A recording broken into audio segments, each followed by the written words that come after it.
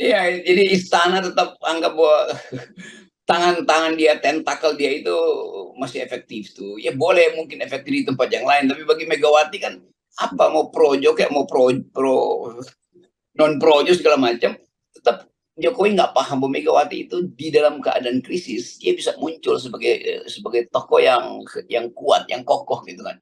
Pengamat politik Rocky Gerung mengomentari soal keputusan Ketua Umum PDIP Megawati Soekarno Putri yang menolak wacana duet Prabowo Ganjar di Pilpres 2024 pada Senin 2 Oktober 2023. Menurut Rocky Gerung, keputusan Megawati itu menggagalkan skenario cawe-cawe Jokowi.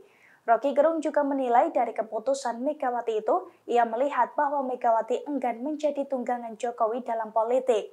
Megawati juga enggan membagi harta gono gini politik dengan Jokowi.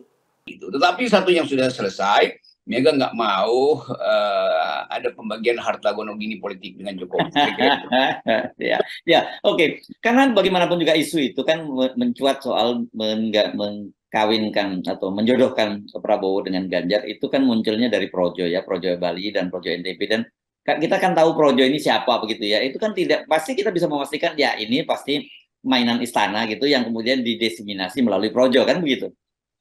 Iya, jadi istana tetap anggap bahwa tangan-tangan dia, tentakel dia itu masih efektif tuh. Ya boleh mungkin efektif di tempat yang lain, tapi bagi Megawati kan apa mau projo kayak mau pro non projo segala macam, tetap Jokowi nggak paham bahwa Megawati itu di dalam keadaan krisis dia bisa muncul sebagai tokoh yang kuat, yang kokoh gitu kan. Walaupun orang bilang ya Megawati itu apa namanya keras kepala gitu dan sifat-sifat itu terlihat di dalam momentum-momentum tertentu. Tetapi satu poin yang harus diingat Jokowi, tanpa Megawati, PDIP itu kepalanya jadi lembek justru kan, atau Ya, seluruh badannya jadi lembek. Jadi udah bagus Mega kepala di situ kan. ya. Dan Koper itu apa orang ya Belanda kokoh bilang. kalau menyebut orangnya jadi itu kokoh itu jadi kelemahan tapi sekaligus kekuatannya begitu ya saya kira ya. Ya, jadi Megawati benar, dia mau mau kasih sinyal bahwa lu itu siapa, gue nggak bisa lu atur-atur kira-kira begitu kalau kata anak-anak abang tuh kan. Ya, ya.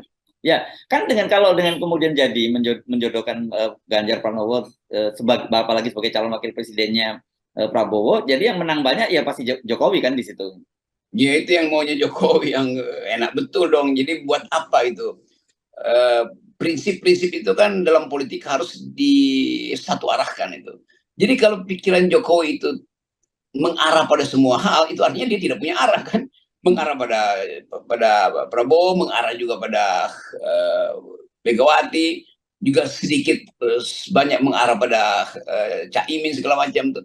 Jadi dia mau menang semua itu dan mau menang banyak kalau kata anak sekarang tuh. Jadi politik itu bukan soal mau menang banyak, tetapi visi Anda itu pada siapa dan terhadap apa.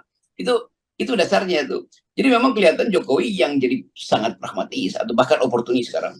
Ya, ya. Ya benar dan tapi kalau kita amati ya Bung Rocky dalam hubungan antara Mega dengan Pak Jokowi itu ini bukan udah yang keberapa kali loh Ibu Megawati itu menggagalkan skenario Pak Jokowi gitu ya, mulai dari penundaan dari perpanjangan masa jabatan, penundaan pemilu, terus kemudian Ganjar Pranowo sebagai calon presidennya proksinya Pak Jokowi, semua itu dimentahkan oleh Ibu Megawati. Jadi sejauh ini saya kira masih kendati kelihatannya Pak Jokowi di atas angin, tapi skornya itu Bu Megawati yang menang banyak gitu sekarang ini. Iya, kita hitung dari awal karena gimana pun pengalaman politik eh, saudara Jokowi itu nggak ada apa-apanya, nggak ada sekujung kuku dari Ibu Megawati kan. Jadi dalam momen tertentu mungkin ketika Bu Mega lagi sama dia atau tirakatan dapat semacam insight, satu pikiran bahwa memang ini orang nggak bisa dipercaya, ini bahaya itu. Jadi Mega akhirnya balik pada sense of batin dia tuh, suara kebatinan dia itu, apalagi kebatinan dalam pengertian Jawa kan lebih dalam kan dari sekedar kebatin dalam pengertian Barat tuh. Jadi kebatinannya Mega itu memberi sinyal bahwa kok ini orang nggak bisa dipercaya ya kira-kira gitu. Ini saya hanya membayangkannya, bukan saya tuduh Mega bilang begitu. Tetapi konklusi kita mesti begitu. Karena pada akhirnya tadi kesimpulan akhirnya Mega tidak ingin diatur dan tidak ingin jadi kuda tunggangan Jokowi, itu dasarnya kan. Jadi betul-betul ini satu pengendapan batinnya dari seorang pemimpin yang udah lama diuji dalam dalam politik, dalam sejarah politik, dan Megawati memulihkan kembali prinsip di dalam politik, yaitu tukar tambah itu boleh, tetapi jangan tukar tambah yang tiada harganya, atau tukar tambah yang sangat murahan. Kalau murah masih boleh, ini murahan nih. Terima kasih sudah nonton. Jangan lupa like, subscribe, dan share ya.